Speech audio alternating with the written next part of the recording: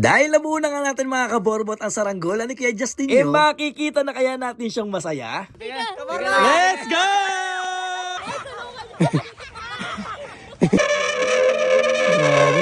Bitaw, Jazz.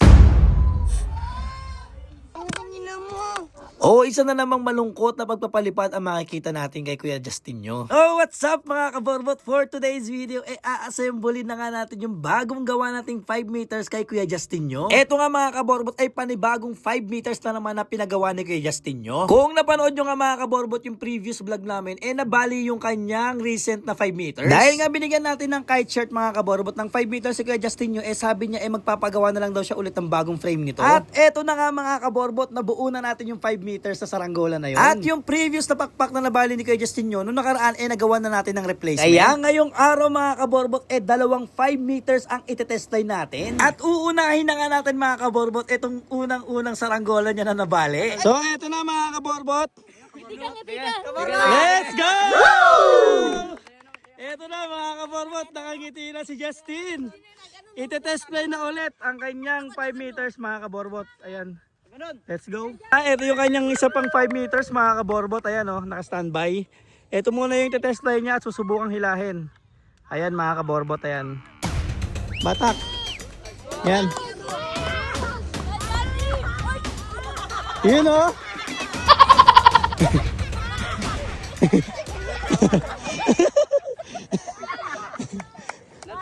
Yun I love it. Yun Let's go. Let's go. Mga kaborbot Yawa mo. Kaya pala hindi ka nadadala ko. Hey!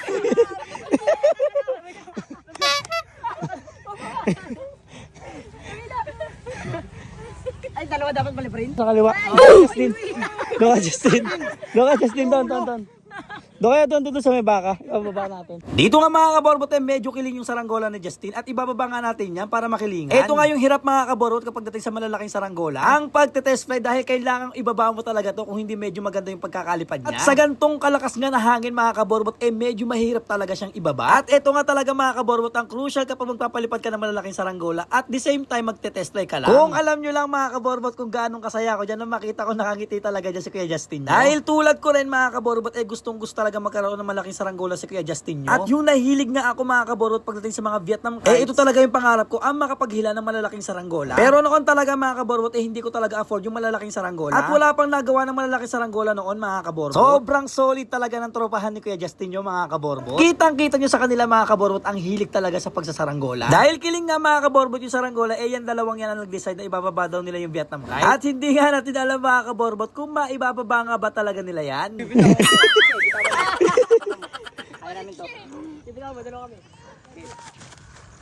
Ayun dalawa mga kaborbot. Ayan Ito nuturok sa atin Rico.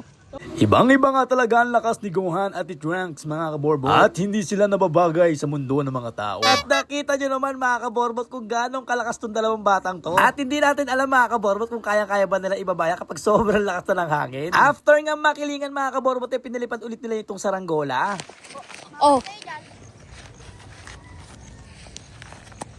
Yan, sakto na. Danang lado. Alright mga kaborbot. Okay na yan. Oo. Tin. Nyawa ka si Ramulo ka. Di nga nila kaya. Hindi, ako tutulong. Hindi, I mean paano ilulusot lang? Sa ilalim. Ilalim pag... O yan. Isa pa. Paying! Ang bigat.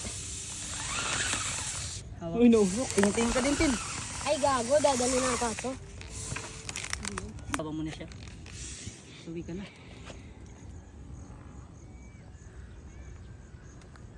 Ito nga mga kaborbot naayos na yung lipad ng saranggola. Hindi nga alam masyado makasagap ng hangin mga kaborbot yung saranggola dahil medyo mahina ang hangin sa baba.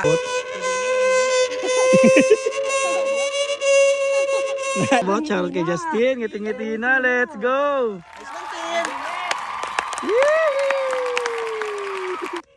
Dahil medyo mahaba-haba na nga itong ating video mga kaborbot, ay gagawa natin to ng part 2. At sa time na nga to mga kaborbot, ay nagpahinga muna kami bago i-test play yung kanyang pangalawang saranggola. At shoutout nga pala mga kaborbot sa pakapenyo kay Justin at paempanada niya. At sa susunod na video nga mga kaborbot, ay ito yung kaabang-abang na mangyayari.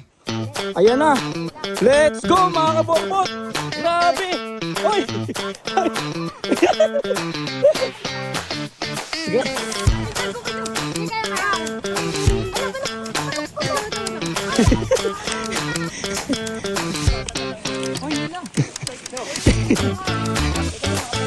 Grabe mga kaborbot! Justin, ano nangyari? At sa kabila ng kasiyahan nga mga kaborbot, meron tayong hindi inaasahang pangyayari. Bitaw, Jazz! Patay!